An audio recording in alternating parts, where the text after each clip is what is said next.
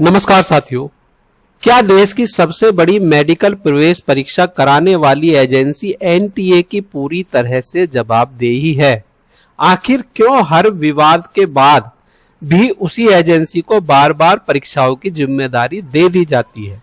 लोकसभा में पूर्णिया से निर्दलीय सांसद पप्पू यादव ने इन्हीं सवालों को जोरदार तरीके से उठाया।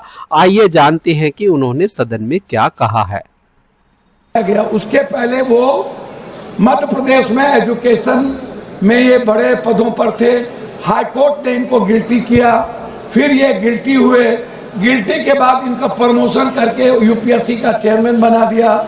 फिर यूपीएससी के चेयरमैन में गिल्टी हुए, फिर इनको एनटीए का चेयरमैन बना दिया गया। एक ही पदाधिकारी दुनिया में इतने ईमानदार हैं कि जिनको बार बार इनको दुनिया के बड़े पदों पर रख दिया जाता है और एनटीए के बारे में कोई चर्चा नहीं होती है। दूसरी चीज, 26 तक केवल 24 ही पदाधिकारी एनटीए के पास है। मात्र 24 पदाधिकारी के द्वारा ये एनटीए चला रहे हैं, ये एग्जामिनेशन कंडक्ट कर रहे हैं। आपको आश्चर्य होगा सभापति महोदय, यह व्यक्ति, यह संस्था एक ऐसी संस्था है जिन्होंने 6 करोड़ से 8 करोड़ बच्चों का फॉर्म भरवाती है। 6 करोड़ से 8 करोड़, 20 लाख एग्जाम होता है 1 लाख नौकरी में, और 15 लाख एग्जाम होता है 1000 की नौकरी में जेई का, और नीट का होता है 20 लाख। 1 लाख नौकरी हम दे पाते हैं नहीं। हम कुछ बीएमएस में ले जाते हैं और कुछ हम बीएमएस के बाद नर्सिंग में ले जाते हैं। हमारे बच्चे क्या कहते हैं, क्या हुआ सर, पहली बार जब हमारे बच्चे ने एग्जाम दिया तो उनको लगा कि हम 490 500 के लगभग मार्क ले आएंगे। जब दूसरे बार एग्जाम दिया बच्चा तो उनको 290 डिप्रेस में चले गए। लगभग 26 बच्चों की शहादत के बाद और इतने बड़े जीएनजी के क्रांति के बाद कितने लोग डेथ किए, उनकी शहादत के बाद 1 लाख से ज्यादा बच्चे डिप्रेसमेंट में चले गए, डिप्रेशन में चले गए। उसकी चर्चा इस भारत में नहीं है कि जो पहली बार 500 मार्क्स लाते और दूसरी बार 296। पहले बार जो क्वेश्चन था वो ब्रॉड था और दूसरे बार जो क्वेश्चन आया वो सेलेक्टेड कर दिया गया।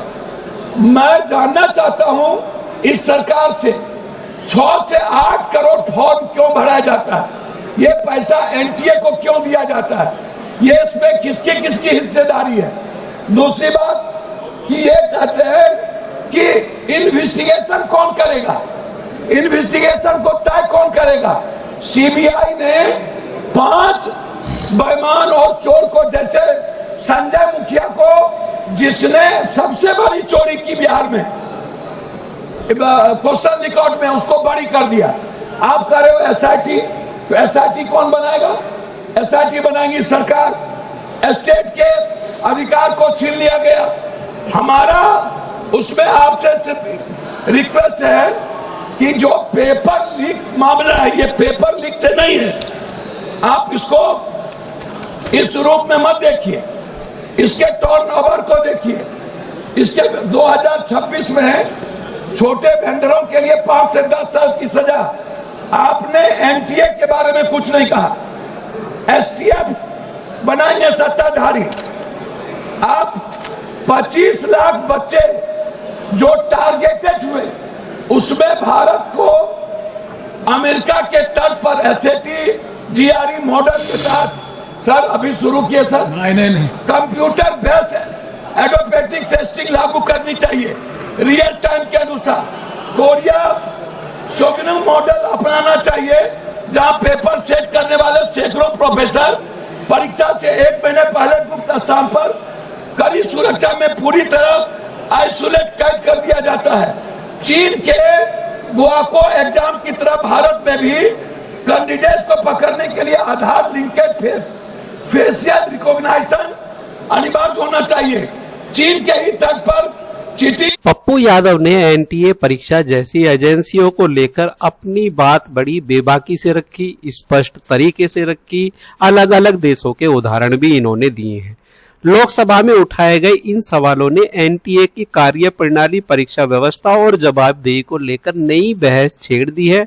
अब यह सरकार और संबंधित संस्थाओं पर निर्भर करता है कि इन प्रश्नों का क्या उत्तर दिया जाता है और परीक्षा प्रणाली को अधिक पारदर्शी तथा भरोसेमंद बनाने के लिए क्या कदम उठाए जाते हैं। आपकी क्या राय है? क्या एनटीए की कार्यप्रणाली की स्वतंत्र जांच होनी चाहिए या मौजूदा व्यवस्था में सुधार ही प्राप्त है? अपनी राय कमेंट बॉक्स में जरूर बताएं। यदि आपको यह जानकारी महत्वपूर्ण लगी है तो वीडियो को लाइक करें, वीडियो को शेयर करें और ऐसी ही तथ्यपरक विश्लेषण के लिए चैनल को सब्सक्राइब करें। मिलते हैं नई अपडेट के साथ। जय हिंद, जय भारत। धन्यवाद साथियों, आपका दिन शुभ हो।